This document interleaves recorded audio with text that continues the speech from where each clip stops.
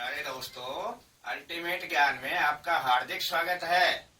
दोस्तों, हम आपको बताने जा रहे हैं कि मंत्र सिद्धि के बाद आप हवन किस प्रकार से करेंगे।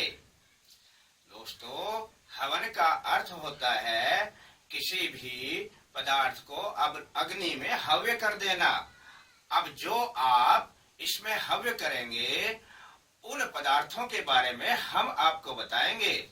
दोस्तों, आपने हवन के लिए आधा किलो हवन सामग्री ले लेनी है और हवन सामग्री में कुछ औषधियां मिलाने के लिए 100 ग्राम लोह बाण शुद्ध होना चाहिए। दोस्तों, 100 ग्राम गूगल, 100 ग्राम इंद्रजो, जो की तरह ही इंद्रजो थोड़ा सा लंबा होता है, अपने सादे जो से पंसारी के पास मिल जाते हैं, नाम से ही दे देते हैं इंद्रजो, और 100 ग्राम ही काला तिल।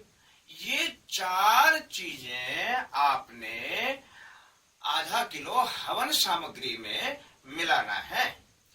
काला तिल लेते समय ध्यान रखें कि पुराने ऐसे तिल ना हो जिनमें कोई जानवर वगैरह चलने लग रहे हों, तो थोड़ा सा इस बात की तरफ आपने विशेष ध्यान रखना है। दोस्तों, लोहबान को कूटकर और बाकी सब सामग्रियों को ऐसे के ऐसे मिला लेना और लोहबान कूट करके और आधा किलो हवन सामग्री में मिला लेना। अब उसमें थोड़ा गरम करके घी मिला लेना और अच्छी प्रकार से उसको ऐसे करके रगड़ लेना। तो उससे आपकी अब ये हवन सामग्री हवन के लिए तैयार हो जाएगी।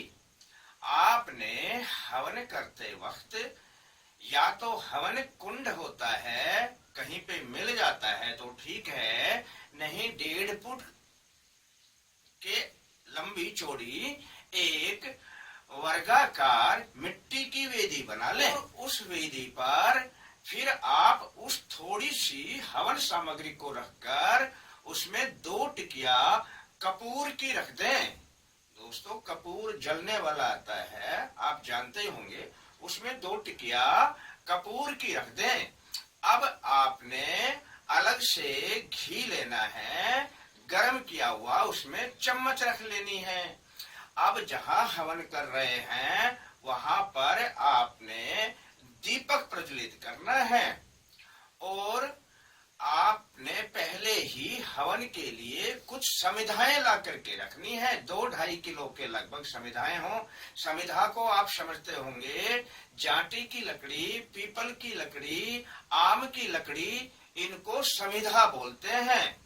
दोस्तों, इस प्रकार आपने ये सारी वस्तुओं को इकट्ठे करके एक गोला अपने पास में लेना है और गोले के ऊपर से आधा या 1 इंच छोड़ करके गोलाकार काट लेना है और उस गोले के अंदर उस समिधा को, जो उस सामग्री को, जो सामग्री तैयार की है, उसमें गोले में भर लेनी है और उसमें थोड़ा घी डाल देना है। घी डाल करके और उसमें जो कटा हुआ ऊपर से आधा इंच का वो एक ढक्कन सा कट जाता है दोस्तों, और उस ढक्कन को ही घी डालकर फिर ढक देना है और उसको लाल धागे से, इस प्रकार के लाल धागे से लपेट देना अच्छी तरीके से और धागे को कुछ लंबा करके रख लेना है।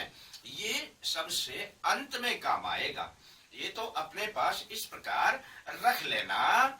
और अब आपने हवन को किस प्रकार से प्रारंभ करना है। सबसे पहले हाथ में थोड़ा जल लेकर, हे परमपिता परमेश्वर, मैं अपना नाम बोल दीजिए, अपना गोत्र बोल दीजिए, मैंने ये जो मंत्र किए हैं अपनी किसी भी सिद्धि के लिए उस मंत्र का नाम बोलो और मैं अपने किस कार्य के लिए जो ये मंत्र किए हैं 41 दिन के, इतने मंत्रों के जाप किए हैं, इनकी 10 अंश की आहुति के लिए, अपने कार्य की सिद्धि के लिए यज्ञ करने जा रहा हूँ। मुझे इसमें हे परमपिता परमेश्वर पूर्णता प्रदान करें और उस जल को नीचे छोड़ दीजिए। बस दोस्तों, इस प्रकार करने के पश्चात आपने थोड़ी हवन सामग्री अपने वेदी के स्थान पर रखी, उस पर 2 टिकिया कपूर की रख दी और उसमें अग्नि प्रज्वलित कर दी और उसके साइड में अब आप उन समिधाओं को लगाना शुरू कर दो। उन समिधाओं को लगाने के पश्चात आपने हर मंत्र के साथ में चम्मच से घी छोड़ना है और अपने परिवार वालों को जरूर बिठा लेना पास में। अकेले व्यक्ति से हवन नहीं होता है। जितने भी व्यक्ति हैं वो अपनी बीच की इन दोनों उंगलियों से और अंगूठे से उस सामग्री को थोड़ी थोड़ी को छोड़ते रहेंगे एक मंत्र के उच्चारण के बाद।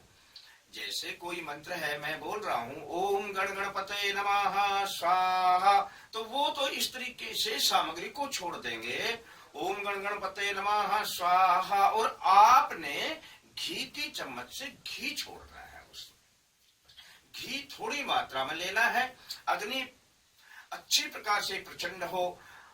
जितनी प्रचंड अग्नि होगी उतना ही अधिक से अधिक आपके कार्य में पूर्णता आएगी। और ऐसा हो थोड़ा घी लेने से जितना वाष्प होकर के तुरंत उड़ जाए, बस उसका बहुत अधिक प्रभाव आपको मिलने लगेगा। और जब आपकी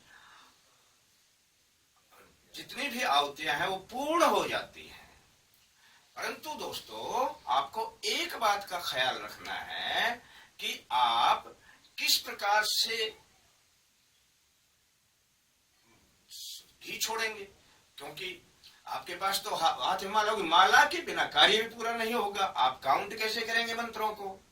तो आपने उस समय पे माला अपने बाएं हाथ में ले लेनी है, गोमुखी साथ में हो, और उससे अपना मंत्र जाप, और एक हाथ से आपने 16 हाथ से इस यानी दाएं हाथ से आपने घी छोड़ना है। तो दोनों काम आपने ही करने हैं ये, क्योंकि मंत्र आपके हैं तो ये आपके द्वारा ही होंगे। और यदि आप इसे नहीं कर सकते हैं तो हमने पहले बताया था कि किसी विद्वान पंडित से संपर्क कर लीजिए। अन्यथा अगर आप कर रहे हैं तो आपको हम जिस प्रकार का ये उदाहरण प्रस्तुत कर रहे हैं, जिस प्रकार की क्रियाएं प्रस्तुत कर रहे हैं, इसी प्रकार की क्रियाएं करनी है।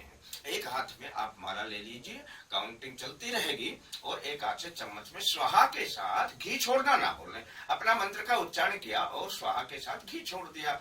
बस इस प्रकार से आपने यज्ञ को पूर्ण करना है। जब आपके मंत्र पूर्ण हो जाते हैं तो उस गोले को, जिस पर धागा लपेटा हुआ है, जिसमें सामग्री डाल करके उस गोले की पूर्ण आहुति को उसमें रख देना है, और जो घी बचा है उसकी धार बांधते हुए नीचे से ऊपर तक धार बांधते हुए ले जाना है। तो समझ लेना आपका यज्ञ पूर्ण हो जाता है। इतना करने के पश्चात जिस मंत्र की भी आपने सिद्ध किया है, उसके जो भी देव हैं उसकी स्तुति कर लें।